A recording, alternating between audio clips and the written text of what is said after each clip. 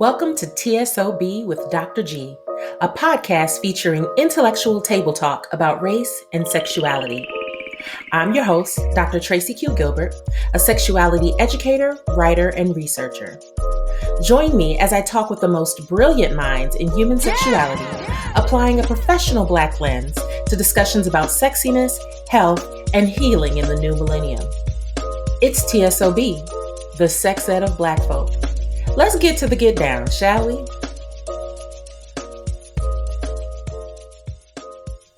All right, y'all. Hello. Welcome back to another episode, a special bonus episode of T.S.O.B with Dr. G. I'm Dr. Tracy Gilbert, and I am so super happy to be with y'all in this conversation. I know we are actually off season at this point. We are getting ready for season 3 that's going to start in September. But before we do that, I wanted to have this very special bonus episode with someone whose work I've come across within the past year and work I just feel really super excited to share. And the person I'm talking about is none other than Christina C. Jones. She is an author. She is a writer. She's particularly a writer of romance novels. And so we're going to talk about those because absolutely I do think, and I know from the work of hers that I've been able to read that it does absolutely connect with sex ed. So I'm going to read Christina's bio and then we're going to get into this conversation.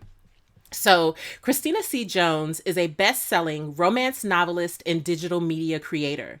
A timeless storyteller, she is lauded by readers for her ability to seamlessly weave the complexities of modern life into captivating tales of Black romance. As an author, Christina's work has been featured in various media outlets such as Oprah Magazine and Shondaland.com, and she is the winner of numerous community awards. In addition to her full-time writing career, she co-founded Girl, Have You Read? A popular digital platform that amplifies Black romance authors and their stories. A former graphic designer, Christina has a passion for making things beautiful and can usually be found crafting and cooking in her spare time. She currently lives in Arkansas with her husband and their 2 children. So with that, welcome to TSOB, Christina. Thank you so much for being here and being able to talk with me today. Thank you for having me. And thank you for the proper inflections on Girl, Have You Read? Yes. Oh, I peeped that. I knew what that meant. Yes. So 2020, that big demon that happened to all of us really put me in a place where I had a lot of free time on my hands outside of work. And so I started getting into romance novels. I'm not sure how I did that, but I just was on my Audible listening to stories and I was just like, you know what, I feel like cultivating that energy. So I started listening to romance novels and I really got into let's see, who was it? Alexandria House's work and was really like titillated by it and just thought it was really cool. And of course, Audible makes all these recommendations. And so, of course, the next recommendation was like, so have you read, like, that's what Audible did to me. Have you read Christina C. Jones's work?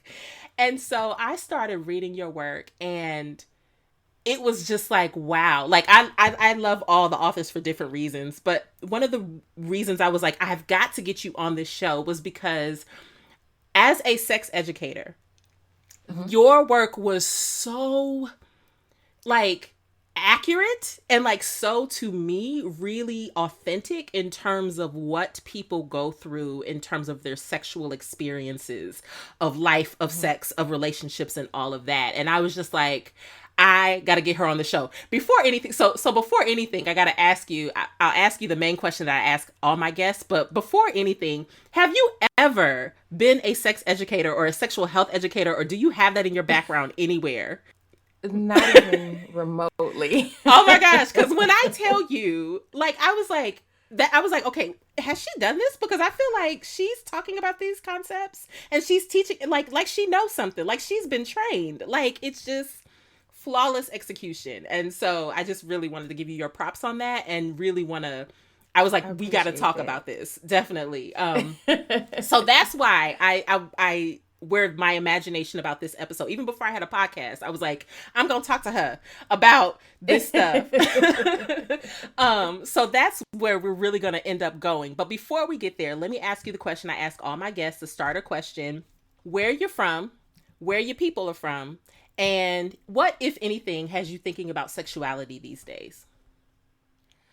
Well, I'm from Arkansas. I was not born in Arkansas. My people are from Chicago, and that is where I was born. Okay. But Yes. I don't feel like I get to claim being from Chicago because I was like a baby when my family lived there. And Arkansas is the home I've only ever been old enough to actually know. Got you. And so I always say Arkansas when people ask me where I'm from. In terms of what has me thinking about sexuality, my mind goes to orientation. I'm not sure if that's what you're asking me, but my mind Sure. goes to orientation, Hmm. because of course it's Pride Month, Yes. and Yes. so I'm seeing all these different conversations about acceptance and kind of identity, figuring yourself out, all these different Hmm. things that kind of factor into identity and all of that.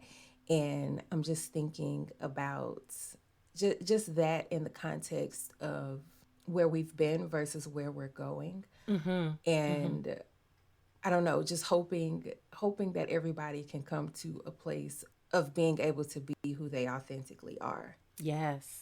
I think Absolutely. is what is paramount to me. And I know that my experience has been, I don't want to use the word lucky, but that's honestly what first comes to mind. I'm a heterosexual woman. Like that's never been in limbo, I guess, for me. Like that's never been Hmm. questionable for me. And so to some degree, like I have no idea. Well, there's limits, Hmm. to what I can understand and what Hmm. I can what I know Hmm. myself. But I want everybody to be able to feel that type of security, in Yeah. who they are. Like I know Yeah. who I am, and I think that everybody should be allowed to be that and allowed to, I guess, explore that without everybody else deciding that it's their business. Come on. Come on. Absolutely. I Yes. guess at the root of it. Yeah, absolutely. And I think that's a great place to start. You are reminding me to acknowledge to folks, like, you're going to be hearing this in August, but we are recording this during Pride Month. So I think that's always the question of thinking about, like, how do we create spaces that are more inclusive and that are more, that helps people imagine all the ways that people show up in the world sexually. And I do think Hmm.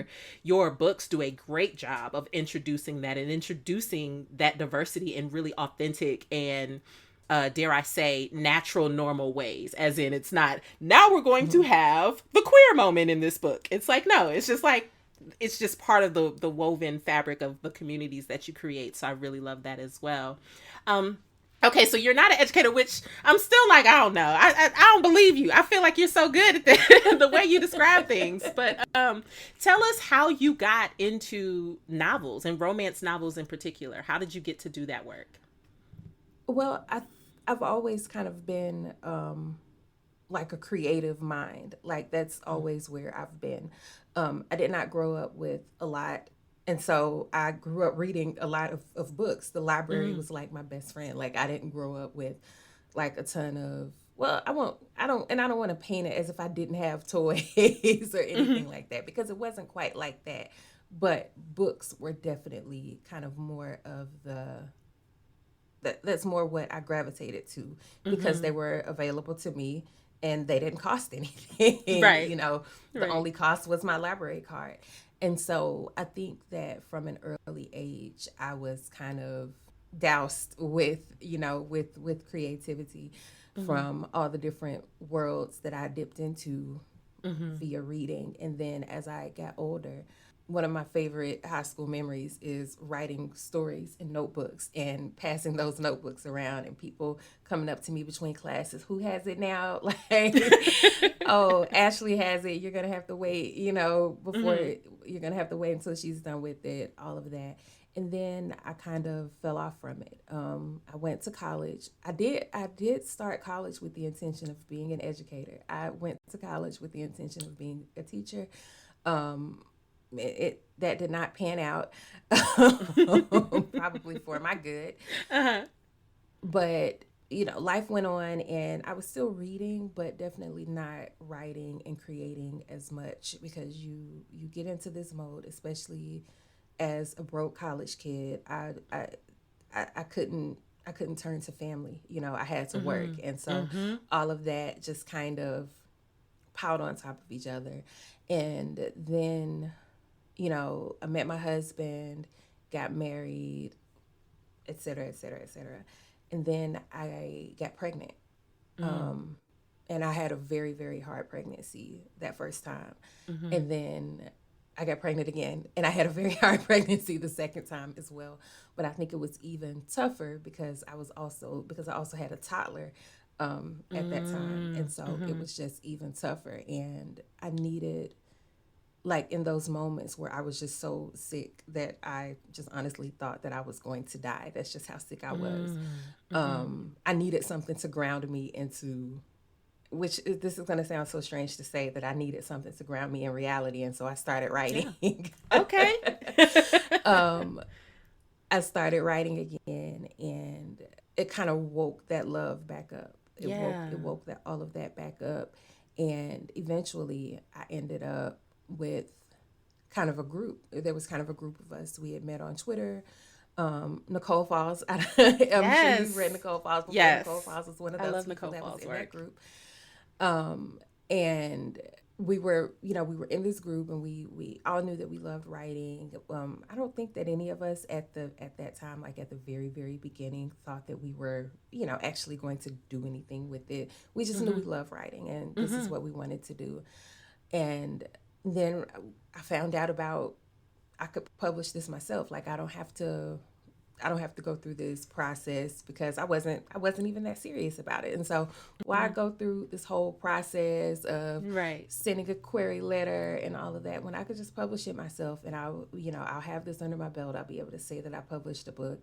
And I published a book, and people actually liked it. And it was Yes. like, oh, okay. And so I kept writing, and I published more books, and people like those books too. And what's so funny is that first book, after I wrote it, I actually went back and took out all the sex scenes, any cursing. I took all of it out because I was so worried, not about what God thought, but I was so worried about what the people at my church might say. I was so worried about what they Mm. might think about it. Mhm. And then I thought about it, and I thought about it some more, and then I went back and I put all the sex scenes. I put it all Yes. back And we are glad you because did. and I mean, it's not that I was fearless about doing it at all. Like, I was terrified. I was Right. still, like my pastor maybe a year or so ago, he was like, you should do a thing at the church. And I, no, sir. I appreciate that. I appreciate How that about you we want to not? support me, but I don't think that would be appropriate. I think, do you want your church to close? No? Okay, don't do that. But I've come to a place now where there is there is still the concern of what people might think, but Mm. I'm at a place now where the stuff that I'm writing, like, sometimes I stretch it a bit. We Mhm. it's fiction. We can stretch it a bit, but for the Yeah. most part, these are real people. This is the stuff that real people go through in their Yeah. real lives. Ain't none of that surprising to God. Like, Right. Yes. he ain't Yes. shocked Right. about any of this. And if he didn't want me doing it, I feel like God has stopped enough in my life with Mhm. sometimes with a very firm hand, that if he was not, if this is not what I was supposed to be doing, I feel like he let me know. And so Mhm. that's what I had to lean into. These are real people. These are their real lives. These are their real sex lives. Right. That this is what happens, between consenting adults. And as long as there is no one being like that, I mean, people write that stuff. That's not what I write. And as long as everybody is consenting and all of that, then this is just what it's going to be. Yeah. And from there, once I did come to that conclusion back then. I wasn't necessarily comfortable in it, but I came to that conclusion back then. Now I'm fully comfortable in it. But yeah, once I came to that conclusion, it was on from there. And Beautiful. 60 something books later, I really don't even know. Right. Off the top of my head. Look, I'm like, you too far in now. You got way I too can't many count books. them anymore. Yeah, but I think you're right. I once I read your first series, which is the Serendipity series, and we'll talk about a couple of the books from there in a second. I was just like, I need to go back and read everything that Christina's ever written. Like, I went back and was like, I need to read it all, and I've been holding out because I recognize I really love the audio experience a lot better than the written. So there's a few that I'm like waiting to see, like, okay, wait, is she going to release that first? But then at the same time, I'm like, but at the same time, I need more. So let me just go see what's here and let me just read what I can read real quick. So I've been doing a lot of that. And yeah, I'm like, yeah, that sounds about right. 60, 70 something. It's a lot. Yeah, but it's a lot. But they're all super amazing. And I love hearing that backstory, particularly how you were intentional about including real stories and just really wanting to center people's real experience, which I know is kind of one of those things in romance that seems to be like, well, you can kind of play with it or play around with it because, like, I think the term they call it is magical realism, where like some things it's like you kind of expect in a romance novel where it's like, okay, you got to suspend your disbelief. But it seems like with your work, there's kind of a good balance between those two. And I feel like that brings me to the next question that I want to ask you. I ask everybody, when you think about your professional self and being rooted in sexuality, what do you feel like your sexuality superpower is, if you feel like you have one? That is a tough question. So, okay, with sex, right? There's only so many certain ways to do it. There's only so many certain ways that whatever the parts are, there's only so many ways that they go together, right? Right. So what really makes the difference is the personality and the chemistry of the couple. And I think that I'm good at bringing the chemistry of the couple together with these two different personalities to create experiences that feel different, even though they're pretty much the exact same thing. Every sex scene that I've ever written has been between, a man and a woman. I do have a few queer characters, but the overwhelming majority, of my work is heterosexual. But I think that each of those couples, I think that even though, again, we have this, these acts that are basically the same, but making them not boring and making it feel like a different thing every time for each of these different couples. And it's very stressful. Yeah. It's very stressful. Because it's like when you're in the process and the couple is meeting and they're figuring each other out and all of that. For the writer, it's like, okay, get to the good stuff. Like, this is cute, but but then once you're there, it's like, oh my goodness, why was I trying so hard to get here? Because this is one of the hardest parts of the writing, making sure that it works, making sure that the things that they say, and I'm not even talking about making sure that there's not like 6 hands in the scene, if there's not, if there's not that many people, if it's not supposed to be, right. But the other stuff, making sure that if there's any little dirty talk or whatever, making sure that it's not out of character for those characters, and making sure that it's all smooth, because I know I know some people say, some people skip sex scenes, but I often say that you should not do that in my work. Like in some of my books, you probably could, but in a lot of my work, you should not skip it, because me either. But you really should not, because even in those scenes, there's character development happening. Yeah. There's relationship development happening, even in those scenes. And I'm guilty of, I don't care to see intimate scenes on screen. Like, Mm-hmm. and I think that that's less to do with me really not wanting to see it and more to do with on screen. A lot of times, it's it's just carried out in a gross manner, or there has Mm-hmm. not been enough buildup. There's not, the chemistry isn't there, Mm-hmm. or it's just creepy. You know, you can Mm-hmm. tell that the director or whoever was just a creep. But Right. in books, you have all this context, you know, before Mm-hmm. and after, that makes those scenes important too. Yeah.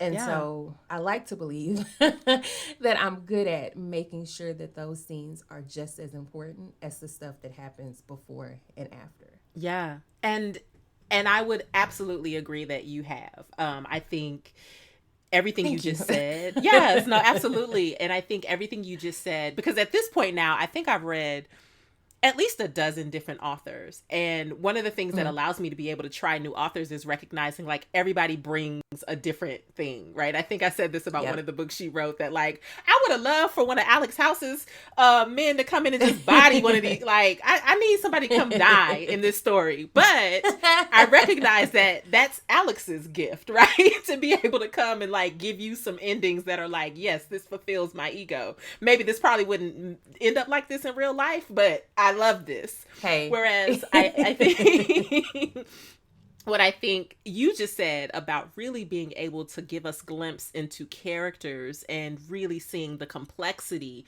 of how they interact with each other. Like I definitely can see that as your superpower. And again, from a sex ed perspective, I'd like to add in just really how much thought seems to go in to making things as well within reason, because like the refractory period, I feel like that's just a thing in romance novels that are just going to be there, like penises just bounce back in romance, that's just what they do. But outside of that, everything else is just, it literally for me feels almost textbook. Whereas an educator who really wanted to facilitate some useful conversations could take your work and really give some factually, like medically accurate, like really authentic information to really have some useful conversations. And I think that's important. I was really going to go through the list at this point. I feel like in your work, I've seen discussions about reproductive health. So, all the things around contraception, sexual negotiation with Mhm. contraception, the fact that every single person in their authentic character has some type of negotiation around contraceptives. Are they going to use STIs? Are they getting tested? Those sorts of things. But even Mhm. consent and respectability and Mhm. sexual orientation, like you said, like I just like a lot of this is also just going to be me fangirling. If you haven't heard it yet, I'm also fangirling just because it's literally work after my own sex educator heart. Because so the first book I ever read of yours was Crazy Little Thing Called Love. And Mhm. I'm not going to spoil it, but there's a character in the book that gets pregnant and experiences a medical emergency related to that.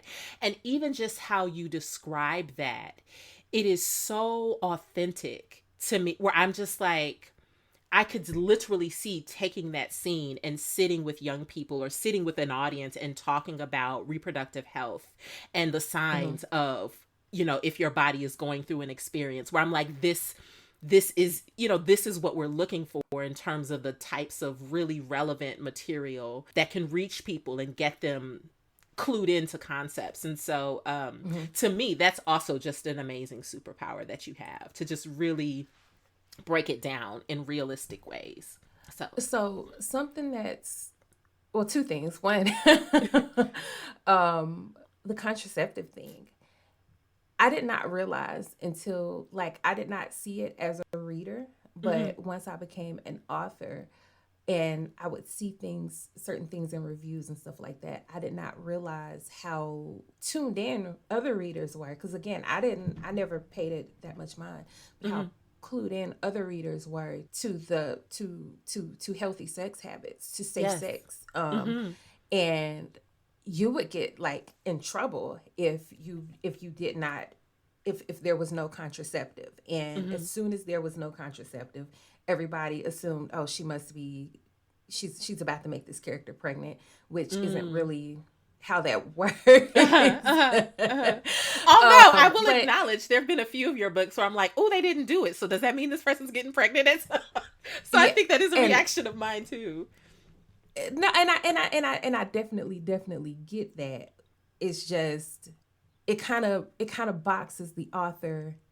It almost like it boxes the author in Mm-hmm. to this one-to-one dynamic. It's like either they're using a contraceptive and no baby is happening, or they're not using a contraceptive and no baby is happening. But Mm-hmm. there's a third, Mm-hmm. there's a third option too, and probably more.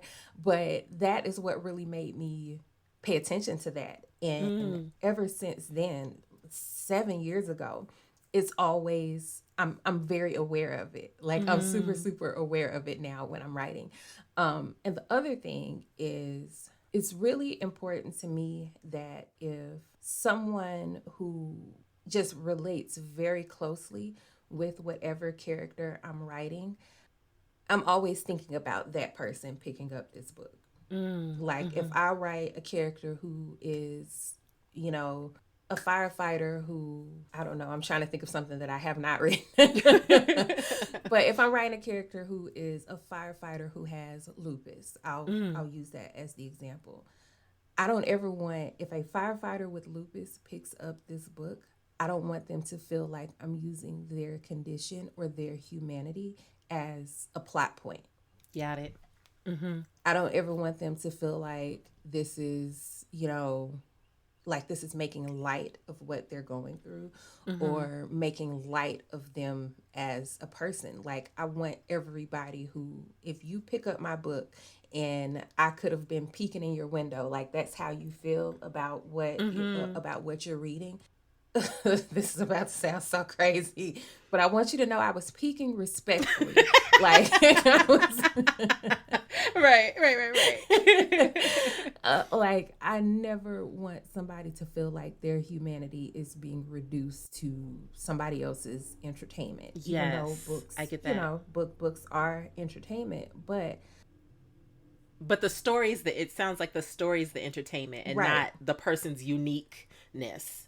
It's, Exactly. yeah. Exactly. The story Yeah. is the entertainment, not the character. Like Yeah. you're here for what they're going through. Yeah, and you just reminded me too, just the diversity of characters that like you have folks with disabilities, like physical, but I also there's some people that I'm like, I'm not a clinician, but I feel like this person is on the autism spectrum. Like there's something about what they're giving me right now where I feel like there's different characters that they move Yeah. in ways that are not, oh, this person just is perfect in the ways that we've conditioned to see them as perfect, Mhm. right? And so but they're Mhm. not, again, like you said, it's not about this. Like I said we're only going to talk about two different stories, but I'm now thinking of the Wright brothers and thinking about Jay Wright, and like there's Yeah. just this world of like diverse characters that are real human beings, and Mhm. definitely, given now that I've read a lot of different writers, I recognize that is a particular superpower that you have that I think is really useful in terms of the bigger emphasis or the bigger impact that your books have to me as an educator. So but I want to also acknowledge, to move the conversation on a little bit, that all of your characters are Black folk, right? And that Yep. this is something that you are intentional about. So I would love Very for you to intentional. talk a little bit more about that. Like why are you so emphatic about Black characters and Black love stories and Black sex stories, and how does that inform how you show up to your work? Well, I think that I've always been surrounded by Blackness. I've Mm-hmm. always been immersed in Blackness. Even here in Arkansas, in a very white Mm-hmm. I live in a very white county, in a very white city. I think the population, I think we might be 15% Black, and I feel like I'm Mm. pushing it. I feel Mm-hmm. like I'm pushing it when I say 15%. But even in that, like I've just always been surrounded by Black people, and I love us. And as a reader, there my one of my favorite authors of all time is Eric Jerome Dickey. Yes, And yes. Jerome Dickey was put into my hands when I was maybe 12 or 13 years old, which Mhm. anybody listening who has read Eric Jerome Dickey knows that that is much too young Of course um, it is. to be. But I had my librarian, my local librarian. I had read all the Babysitters Club. I had read all the Mm-hmm. Nancy Drew. I had, I read all the Boxcar Children. I had read Mm-hmm. all, the Lord of the Rings and all. Right. I'd read it The all. Baker And Boys. right, I had read all of it. And she knew, like, this white woman, and I'm in the South, Mm-hmm. and she knew I needed to see myself. And so Mm. that's what she put in my hand because that's all she had. At Mm. that time, that's all she had. Mm-hmm. And kids these days, like my little girls, they're still not enough, but I love how easy it is for me to find age appropriate books for them Yes. with, with black girls and with black kids Mm-hmm. in it. But anyway, I'm getting off track. But as a young reader, I did not see enough of that. And Mm-hmm. even as an adult reader, coming into, coming into this, there, like I said, we had Eric Jerome Dickey, Terry McMillan. There's others who, Omar Tyree, and there's others who are just slipping my mind right now, of Mm-hmm. course, because I'm trying to talk about it. But we had those people, and then we had, kind of the more traditional type romance, right? Romance, yeah. That was, the Brenda Jackson. Oh, why is my brain slipping like this? Like Brenda Jackson, Donna Hill, those women who were writing like straight up traditional romance, but it was kind of like there was not much between. And even with that kind of Kamani romance that we had so much of then and that was so important to us then, I felt like as I got older as a reader, like as an adult reader, it just started to feel different. It just started to feel different. Like see I did not see enough of us. And I did not see enough of us presented in this more realistic way. Like it felt like everything that I was seeing was being filtered through is being filtered through this certain, it's like you take a black story and you put it Mm-hmm. in a colander and you rinse it, and what's left is a romance story, and on the surface the people are black, but all the nuances, all the seasoning kind of has been rinsed off, but they're still Yeah, black, yeah, yeah. and there's still a Mm-hmm. romance story there, but it's just been so heavily filtered, and I felt Right. like I did not see enough of us unfiltered. And when I came into this, that's what I thought you had to do. That's the way that I thought you had to write it. Mm. And I don't think that traditional publishing ever would have worked for me, That especially makes not at that sense. time. Yeah. Maybe in 2021, we'll start in.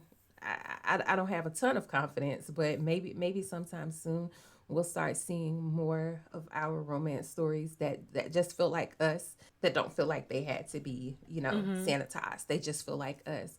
But because of that, it just makes me so passionate about keeping us at the center of anything that I write. Mm-hmm. Whatever anybody else wants to write, that's their prerogative. Writing is it's such a delicate process, like in terms of being in tune with your muse and being in tune with your ability to even produce. Underneath it all, I don't begrudge anybody else what they want to write, what they want to do, what kind of characters they want to have. But for me, my muse my muse doesn't even send me anybody who isn't black, so I don't even Mm. have to make those type And of that's that on decisions. that. I don't, Right, like right. it's really not a decision for me. This just is what it is. I write black characters, and I'm Yeah. very confident in saying that that's, I don't think I would ever do anything else. Yeah. And they're going to be all over the spectrum. Me saying that all I'm going to write is black characters, that I don't feel like that limits me at all. I don't feel any At type of all. limits with Yeah. that. And that's what Yeah. I see so oftentimes in these conversations. Well, I wanted to write this and it wouldn't work with a black character. You a lie. Right, right. Like we haven't gotten into them, but we haven't even touched on like the paranormal books you've Yep. done, the book Wonder that you did that was about reimagining Alice in Wonderland, which it took me a while to get to that one because I was like, I don't know if that's my Yeah. thing, and I read that book and I was like, wow, like amazing. And then your whole series about the Roses and Thorns, which was about reformed Hmm. assassins and like even that. And again, what I love about it is like you can even give us these fantastical experiences but still give us really relatable stories where I'm like, I can totally see how this character Yep. who had this particular experience of trauma is now trying to negotiate being in this environment and asking these specific questions and going through these specific developmental tasks. And it's just like, Yep. wow, wow. And that like I just love, and I love the centering of us because you're right, there's so many diverse ways that we can show up that often get kind of in the media, like in terms of entertainment media, they kind of get pushed to the margins Hmm. because we only want to tell a certain type of story, which brings me to my favorite couple, like might literally be my favorite couple out of all, well, they're close up there. They're close up there because the more I read, I'm like, oh, I love this one too, and they cool. But probably my favorite couple, Edison and Astrid. Like that. Like I've read that book. Like some of your books I read several times. That one I know I've listened to at least 6 times. I am in love with the story of Edison and Eddie, basically, and Astrid. Um, I would love to have you tell a little bit more about what brought you to this particular story. So just to clue in to y'all, um, like Christina said, she doesn't write a lot of queer characters, but these are actually two queer identified folks who have are move into a relationship with each other and have experiences along the way that I just think again are just really raw, just really intelligent, really thoughtful, and really relevant to not only their experiences as individual Black people, but to the communities that they're in as well. Mhm. And so I would love for you to just share a little bit more about how you got to them. Like, how did they speak to you and how did they come forward? And just, Look, oh, just I amazing. was not going to write them. I was not going to write Mm. them. I did, and Mm-hmm. it's not because I did not want to. I did not feel equipped because again, I'm Mm. not part of the queer community, and it Mm-hmm. felt like in the same way that when I see people who are not Black writing Black characters, I'm like, Yes. like, and Mm-hmm. that's not to say that nobody else can do it well. I'm a little Right. cautious. Right. And Right. in the same way, like I felt like that about myself. That's not really up to you. And Mm-hmm. I didn't want to, like, again, going back to my firefighter example. I don't ever want someone who identifies as the same thing as my character to feel like, oh, it's just for a storyline, because I know how Mm-hmm. hurtful that is. I know how hurtful that flat or just kind of, One dimensional. yeah, Yeah. that representation that just does not hit the mark. I get it. And there are so many authors who write queer characters beautifully, and it's like, why do you feel like you need to step into their lane? Like, you need to mind your business. Right. You need to stay in your lane. Because I know Mm-hmm. I see a lot of discourse about how, oh, every story should have queer characters, every story should have Black characters, et Mm-hmm. cetera, et cetera. And I don't, as a soundbite, this could probably get me in trouble, but I don't Mm-hmm. necessarily believe that. I feel like every story should Mm-hmm. tell the story of the characters that are included in that story. And every Yeah. story just does not include everyone. And Yeah. I don't ever want to inject something into my work that does not naturally come just to check off a box and make myself seem like Mm-hmm. something that I'm not. And Mm-hmm. I was Mm-hmm. very, very wary of that. I believe that everybody Mm-hmm. deserves to be represented. I believe that everybody Mm-hmm. deserves to be able to see themselves in media and in books, but I don't know that I believe that it is every author's responsibility to do that, because everybody isn't going to do a great job. And I feel like we should turn to Right. people who do a great job Fair point. at Mm-hmm. at those things. Like, Mm-hmm. let's uplift those people. And so I had all of this going on in my head. Mm-hmm. But the characters would not leave me alone. They wouldn't. They were like, no, you gonna do it. You gonna do it. They Yeah. would not leave me alone. And so I finally had to kind of put all of that aside, put all of those concerns and all of that aside, and just focus on telling their story with the same realness and the same depth, and everything that they gave me.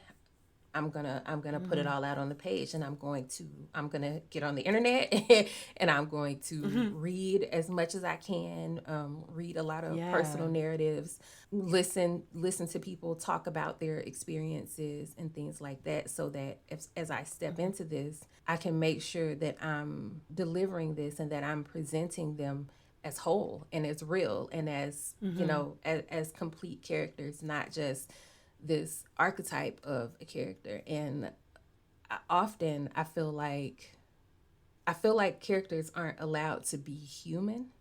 I feel like they're Mm-hmm. not allowed to. It's like, this is who this person is. Like, Eddie is a confident bisexual man, so that's all we're ever supposed to see of him on the screen, is Mm-hmm. exactly that, Mm-hmm. this surface shallow Right. character. Fucking everybody Right. and just talking about sex and But that's yeah, not yeah, what he is. He's yeah. so much more than that. There's so much more depth to him than that. And when that book opens, like, that's the frustration that he's having. He's on a date with a beautiful woman who he chose. Mm-hmm. He would not have asked Right. her if he was not interested. And all she's concerned about is, well, I heard you did this and I heard you did that. And what if this and what if Mm-hmm. that? And he's like, can I live? Can we just be here? Can we just be together having this meal together? That's Right. what makes me like I'm like Eddie is really book bae. Like I'm like just being able to I appreciate being you telling that story of a bi man as well who's able to be comfortable in his bi-ness as Mm-hmm. well because particularly knowing what we know about biphobia within LGBTQ Yep. community, it's like here's a story of a bi man who isn't on the path to being gay or on, having in a phase or anything of that, and then being in relationship with a bi woman who isn't in a Yep. phase. And being able to tell both of those stories and really show it again in a way that it doesn't sound like an after school special Mm-hmm. is just really, really amazing. And so I was going to actually ask you about the level of research or what type of work you did to be able to kind of fill in the pieces. Like there's a specific scene, and if we can get it, I'm going to paste it in here, but there's a specific scene where Astrid is having conversation with a couple of folks in Eddie's hometown who are, I guess they call themselves trying to out Eddie to her Mm-hmm. and kind of, well, he's doing this. And she basically debunks a lot of the myths that they're discussing. And so tell us about how that came into the story and what work you did to really be able to tell that the way it should have been Well, that particular scene was really talking to my Black women. Um, told. Mm. we we have work to do, in that area, and I Amen. I I fully understand that it is very nuanced. It's a very multifaceted conversation. Our feelings are our feelings, and our preferences are not. They don't just come out of nowhere, Right. but they are there, and you can't just flip a switch. Like, it's not that easy. But we have work to do when it comes to the way that we treat bisexual men in our community. Mm-hmm. We just have work, and no one's saying that you have to date somebody that you don't want to date, because they don't want to date you either. Like, if you don't, Right. Right. Right. you know, They're not waiting on you, sis. right. And so, like, that's not what anyone is saying, but just it's more about the attitudes.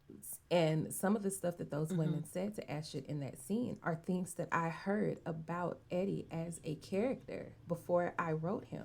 Like when I would talk in groups and stuff about, about potentially writing him, that's the type of stuff that I would hear. It's the type of stuff that I've heard Yeah. in real life conversations. It's the type of stuff that I've Mm-hmm. seen on in conversations online and all of that. And again, like I'm not placing myself in any type of position to judge anyone, because I've never been faced with with that kind of question Mm-hmm. or with that kind of situation. And so I'm not necessarily judging anyone, but it's just the attitudes the Yeah. attitudes And the opportunity. Yeah. And it sounds like, too, it's just what I gathered from it, besides just getting my life and like wanting to throw my phone, like, oh my God, look at this. This is so dope.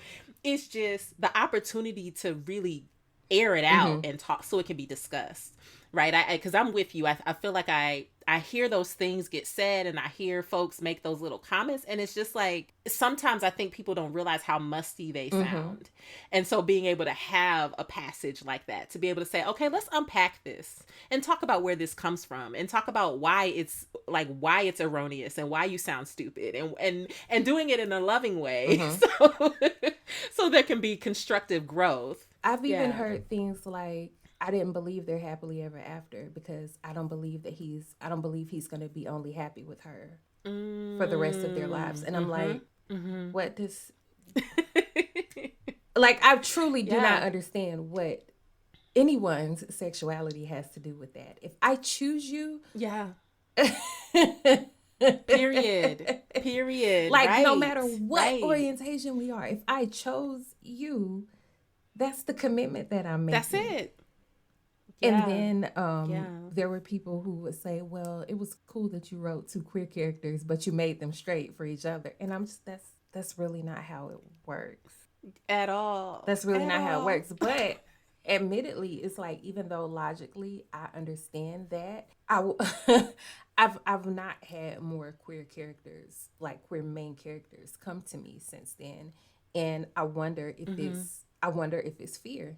I wonder if it's fear. Like, I was Mm. literally, I kid you not, it was just last month. Like, I was just kind of thinking through, okay, what are my next things going to be? What potential couples? And it struck me that I have not had Mm-hmm. another queer character come to me. And Yeah. I wonder if that's just what it is. And if that's just what it is, that's just what it is. But I also wonder if Mm-hmm. it's like, is my brain not a safe space for them? Like, Mm. it just Mm. makes me Mm-hmm. wonder if, because of the fears that I had and because of the stuff that I heard about that book, and then maybe I unintentionally internalized that stuff, where now I'm like, maybe I Mm. shouldn't have written that one. Not because of biphobic people or anything like that, more because, again, going back to, I don't want, an Astrid to read that and feel like, Yeah. she didn't really get Yeah. this right. I don't want that. And Yeah. more than that, I don't want it to be like, well, she didn't get this right, and this was not her business anyway. Like, this was not her place anyway. Yeah. And I haven't heard that. Nobody has said that Yeah. to me, but it's a worry. It's a worry that I have, Yeah. because I don't want to be that person. I don't want to, Yeah. I don't want to position myself as, oh, well, this doesn't exist, I should go write it. And it's like, no, this, Yeah. nobody asked you And for I will say, that. right, right. And I will say, as an Astrid, except I'm not at all in the yoga as well as Astrid is. I will say, I think even while we talk about Black characters, right, there is such a pantheon, if you will, or such a diversity of Black LGBTQ folks hmm that, like, there is not one way to tell a Black queer story. There are so many different ways. And so for me, it felt really like, I was like, can I just I would love to meet Eddie. Come on, Eddie. I got you, baby. Let's go build our life together. And I feel like, just being able to see that, to me, was really resonant for me, because I think so often when I see LGBTQ care, I've read some of the other novels. It is so much like just very like focused on very particular types of queer identities where there Mm-hmm. is no flexibility. And so to me, I was just like, I think this is, it's one of a variety of different stories. And I Mm-hmm. and I hear what you're saying about that hesitation, and it makes sense because I think we're at this place now where people are so hung up on representation that they're like, no, it has to look like this, or Mm-hmm. hope, because they're so afraid that this is the only shot we have. Yep. Where it's like, actually, there's so many things that are opening up now that we can really tell all different types of Black stories, Yep. Black queer stories, all of that. So I'm, for one, am very grateful that Eddie and Astrid are here, I and appreciate I that. I hope you get more characters coming knocking on your door. And if you don't, I think you've done an amazing service with just the two of them. And also, I love Lauren. That's her name, right? The Yeah. gynecologist in Vegas. She's funny to Yeah. me. She is funny to me. I love her. So, Lauren is a mess. yeah, but she's funny. She's a funny mess. Um, so Christina, let's say you've got there's somebody listening who might even be an educator, or they're just like, you know what, I ain't picked up a romance novel in 20 Mhm. years. So I didn't know y'all was making them when they don't live in Montana no more. They just chilling in the block. What? And that's that, you know what? That was shade. And I didn't mean for it to be shade. But because I love them stories too. I did. I love them stories. However, for the person who's like, I would love to get into this more, I would really love to learn this more, I would even maybe love to use these with maybe some of the folks I teach or Mhm. work with, what might be some suggestions or some inspiration you give to them to get started?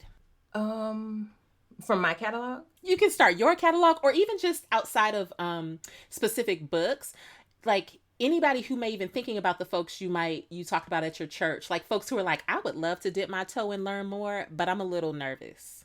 How would you encourage them? Um, hmm. my first thought is my first thought is the internet, but the internet is such a that's the wild wild west. It's a dangerous True. place. But I would say there is just so much available from articles that can give you like specific recommendations for pretty much whatever you're looking for. YouTube. And I know that that seems very general, but I honestly, that is where I would start.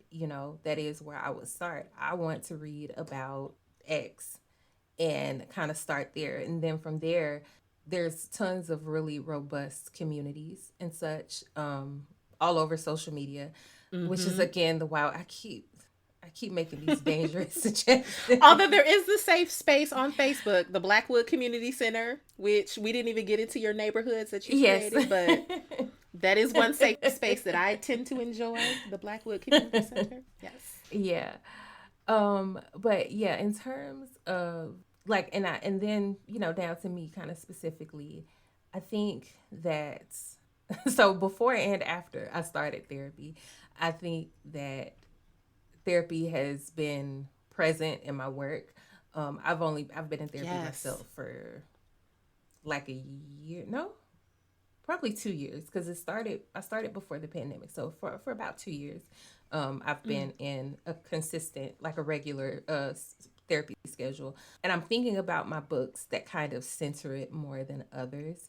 I'm thinking mostly about Equivalent Exchange, which Mm. is a book that we actually get into some of her sessions. That heroine, we get Yes. into some of her sessions with her therapist, and I'm just thinking about the things that heroine goes through, in the ways in which therapy shows up for her. I'm thinking about the lies with Yes. Brandy and I said Kyle, Brandy was the first person a that popped single in my mom head. who is yeah, she is struggling with what she doesn't know what to call it. She calls it gray days. Is how she refers to it, and I think I even put a link to Therapy for Black Girls in that book, Mm-hmm. so that people could tap it and just go straight there and to try to find someone. But I think that it's important for us to be able to have just candid conversations about just not relying on what we think we already know.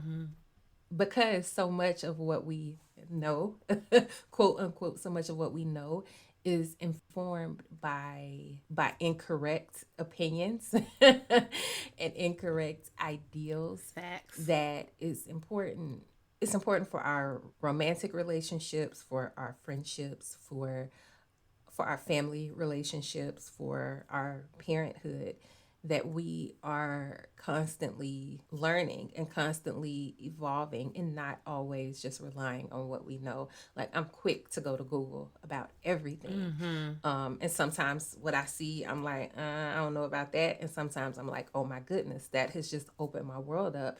And a lot of times I've seen things in books that opened my world up, that introduced me to concepts in Rome. And I don't mean, reference books. I mean romance novels, things that have, like just concepts that were introduced to me that I had no clue even existed. And I was then gonna say we didn't talk about the kink books the books you had that include kink, because baby, it's the accuracy for me, and I only know it because I studied it. That I'm like, okay, yes, this is like, yes, and when I'm introducing these things, like, I don't ever want to, honestly, especially when I'm introducing those things, I want to make sure that, like you touched on the consent thing. That's so important to me, because I know how young I was reading books that I had no business reading. And I know that there are going to be teenagers who have no business reading my books that are going to be reading them. I was at a book event one time, and crazy little thing called love. A little girl, she wasn't, I'm calling her a little girl. She was a teenager, but a little girl came up to me and she wanted that book signed. And I was like, sis, where is your mom? Like, I need to talk to your mama about that first. She was like, girl, I got a job. If you don't sign this book so I can get to work. Well, her mother was there. Her mother was there. Yeah. And her mother was like, no, we read these together. And her mother said to me that she had a conversation with her daughter about that book, because in that book, the heroine, she is tipsy, and the hero refuses to engage in an intimate moment with her because he feels like she can't consent to it. And I need to stop calling that woman a little the babe. It's okay. At this point, okay. I'm sure she's a grown woman now, but but her mother was like, that gave her an opportunity, because they were reading it together. Exactly. And that gave her an opportunity to have a conversation with that girl before she went off to college about what that should look like, about what a good guy will and won't do, and about what enthusiastic consent, like, I want you to be, when you say yes, I want you to be excited about it. Yes. I want to know that you mean that yes. And so that's what that's the type of stuff that I'm like, okay, yes, I'm on the right track here. I'm doing, like, this. You're doing amazing, like, sweetie. This is the point. And so, but no, especially when I'm introducing, something like those alternative sex methods and, kink and stuff like that, there needs to be a certain level of safety. There needs to be a certain level of safety for it to be engaged in a healthy manner. There needs to be absolutely clear consent. Even though I did push the lines of it a little bit in a recent release. She was excited about it, but I don't think she knew what was happening. But yeah, like, when I'm introducing those things and talking about those things, I feel like there is a certain responsibility. And I take it seriously, because I know that real people are reading this stuff, and real people are being influenced by these things. And if that's the type of stuff that I want, if I'm going to influence you about anything, that's the type of stuff that I want to influence you on. Like, yes, you should go to therapy. Yes, you should get consent. Yes, you should be willing to listen to people. Yes, you should be open to forgiveness from someone when it's just a simple Mm-hmm. miscommunication. You know, yes, you should be willing to hear your friends' Yeah. opinions, and like that's the type of stuff that I want to influence people on, if there's Yeah. anything. I love that. I love that. Like, and all of that definitely comes through. It comes through. And so that actually brings me to one of the last questions I want to ask you. Just thinking about kind of where we are as a society, just with all the changes that we've experienced, particularly around representation and just being able to see new stories and have new Mm-hmm. ideas. What do you feel like your place is, particularly someone now who is kind of an OG or considered an OG in this work? What do you feel like your role or your responsibility or your, even your, dare I say, your legacy might be in this work in terms of telling Black stories, telling romance stories, etc. and so forth? I hope that I have influence influence people to just not feel like they need to tame the blackness of their work, Mm. not feeling like their work being black means, quote unquote black, means that it has to fit any certain Mm-hmm. mold. You can write black work, quote unquote, and it can be Mm-hmm. anything.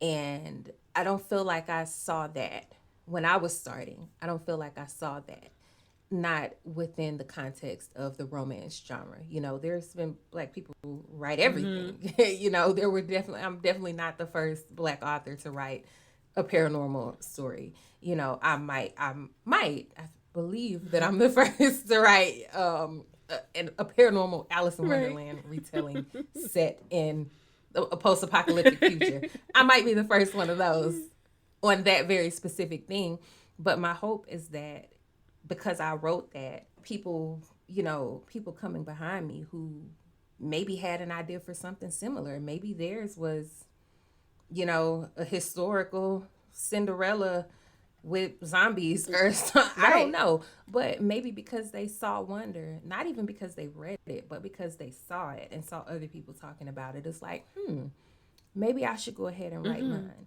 And so I hope that all the stuff that I could not find, and so I wrote Mm-hmm. it, I hope that my stuff is what somebody finds and says, okay, I'm going to write mine Yes. too. And I'm just gonna say, I'm gonna put this on you just because I want to, and it's my show. I hope your work will inspire more folks like the reader that you said who sat down with her daughter to like have these Mm-hmm. conversations. Like I hope that there will be educators who will take your work and be like, you know what, I need to teach this girls group that I'm working with, or I need to teach this class about this. So I'm going to use an excerpt from here. I'm going to let them listen to this scene here and do like because I also believe that sex ed can be so much bigger than what we make it now in terms of I'm going to come into this Mm-hmm. class and I'm going to Mm-hmm. demonstrate a condom. It's like there's so much that's in our real time experience that can be used for learning opportunities. And so Yep. I will forever big up your work as an example of that because I just think it's so I appreciate powerful, that so so much much. powerful pieces within it. I will say, if I can put in a request for 2 stories, I would love to hear more stories too about sex work. So if you have recommendations, I don't know who's writing Mm-hmm. about sex workers' love stories, but I would love to read that Uh, type of story. I don't. The absolute closest, and Might be this is a Sin. major stretch. Yeah, yeah, Yeah. and that Which was that a might be a that pretty was major actually a really stretch. good story too, right? Yeah, like Yeah. Sin was a dancer at a club and Mm-hmm. In relocated the and Connecticut King series, yeah. yeah and I'm looking at my. I've got some of my book covers up here. You can't see it, but it's across on the wall for me, and I'm looking and I'm trying to think like, yeah. Yeah, I mean, I think you've touched on it. That you reminded that, which, woo, baby, that story. My God. Okay, great story. um, and there's parts of Daisha's story that feel like they're included Yeah, the some sex roses. work in that. Yeah. Yeah. But I would love to just have like a straight up, this is someone who is doing this work, you know, maybe a webcam girl, who knows? And of course, I would also love a sex I thought educator about story. I thought about a webcam girl. I had It's Oh still yeah. brewing. It's still brewing. It's still brewing. Listen. Like, where's the Monique meme? I would love to see it. I would love to see it. And then, of course, a sex educator story, because people think sex educators are so, like, they having sex all the time, and that's so not sexy. So I would love to see a sex educator find love and what that's like. But all right. So we're done with all the formal questions. I do have my rapid fire questions that I want to end with. If you'll indulge me. Okay. They're just 5-sentence stems that I'll give you the beginning, and you just give me the first thing that pops in your mind, and that'll be how we end the conversation. Sound good? Okay. So is it one word or no, whatever, or just whatever? Yeah, whatever comes to you. So it could be a sentence, it could be a one word, It could be whatever. Okay. So the first one is sexiness is confidence. Yes. All right. The sexiest thing about Blackness and or Black people is our diversity in appearance and shape and tone of voice, and I could go on a long time. And you'd be absolutely accurate. Absolutely correct. My go-to for feeling sexy is Beyonce. Come on. Her music. Yes. Yes. Sexual freedom for Black folk is achieved when we step outside of the need to judge people and the need to feel judged, or rather the need for affirmation of ourselves from other people. Ooh.